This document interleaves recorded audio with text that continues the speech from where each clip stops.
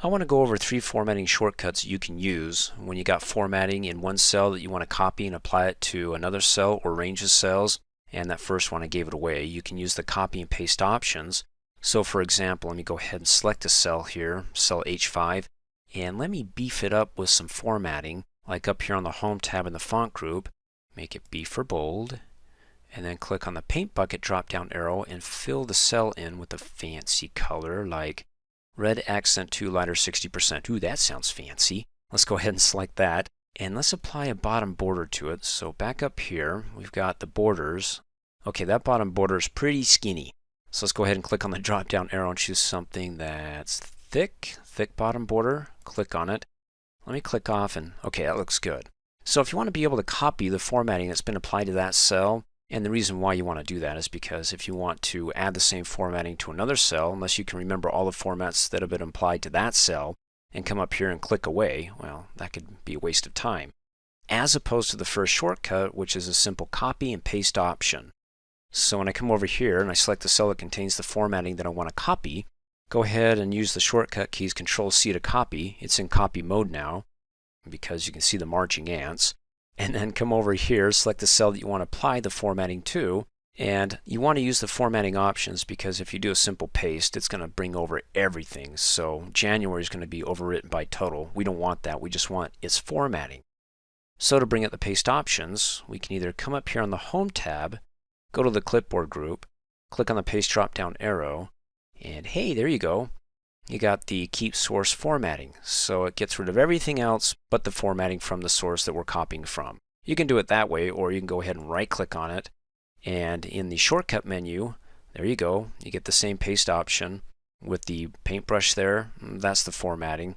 So you can go ahead and click on that and keep it, and then if you're like, I decide against it, you get the little tag that you can click on. Just go ahead and paste values and just not do the formatting at all, in which case it doesn't make sense here, but nonetheless you do get the options. So let me go ahead and hit undo. So there's the first shortcut, is to copy and do paste options to apply the formatting only. You can do it that way, or let me go ahead and hit the escape key to get out of the copy mode. You can use the Format Painter, and that's found up here on the Home tab in the clipboard group, and it's right there, that paintbrush. Let's do some painting. So first of all, we have to select the cell that we want to copy the formatting from because the Format Painter is basically going to be copying. But instead of us going after we brush it with the brush, going, okay, what kind of options do I want to go ahead and apply to it, the least of which was the format, it's automatically going to apply to it. So that's one less step. So with it selected, you can either come up here and click on the Format Painter there, or you can go ahead and right click on the selected cell and you get the mini formatting toolbar that has Format Painter. You can go ahead and click on it and it puts it in what appears to be copy mode. Well, it is, except it's not copying everything, just the formatting. And you can see when I move my mouse around, you get the white cross. That's in selection mode. So I can go ahead and select one cell or click and drag to select a range of cells. And right next to that white cross, you got the brush, meaning that it's just going to brush it over with the formatting that it's copying from that selected cell with the marching ants and nothing more. So you save yourself an extra step without having you to bring up the paste options. So let's go ahead and do January, click and click off. Cool. Now you see how the cell no longer is in copy or Format Painter mode because you don't get the marching ants. So it's a one-time application. So if you want to do it some more, then go ahead and select the cell, come back up, click on Format Painter, select a cell or range of cells, click on it again, select again.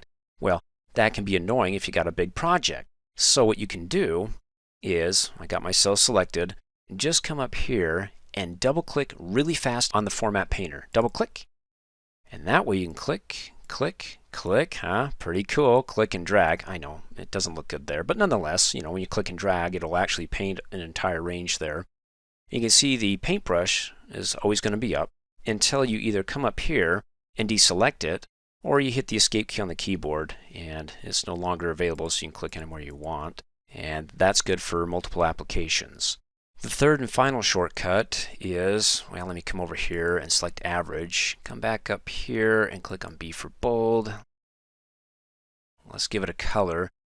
Let's just go ahead and do red. And we'll do italics and underline. So we have all that formatting applied to it, go ahead and select another cell that you want to bring the formatting over and hit the F4 key on the keyboard. Oh, what the fudge? It only brought over the underline. Well, the reason being is the F4 key will only keep in its memory bank the most recent formatting that we applied, which was the underline. So if I come over here to another cell and I do underline and bold, and I go down to another cell and I hit the F4 key, the last thing we did was bold.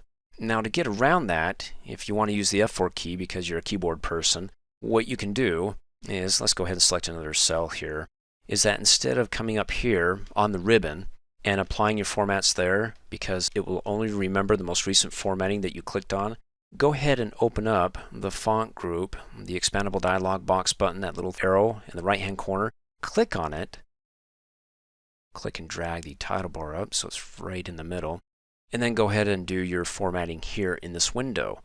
Bold, let's make it huge. Let's do 18. Ooh, that's crazy.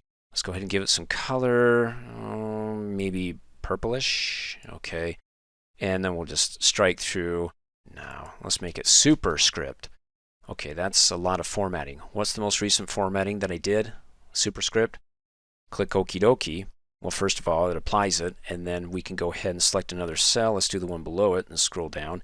Hit the F4 key, and hey, looky there.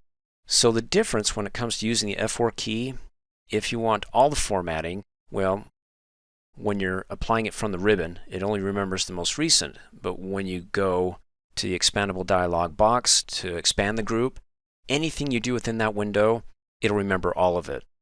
So that F4 key becomes pretty handy then. Thanks for watching. Hey, as a quick reminder, if you like my video, please give it a thumbs up. You can also click on me and subscribe to my channel to get notified of the latest videos. And for great specials on my products, please look in the description below this video.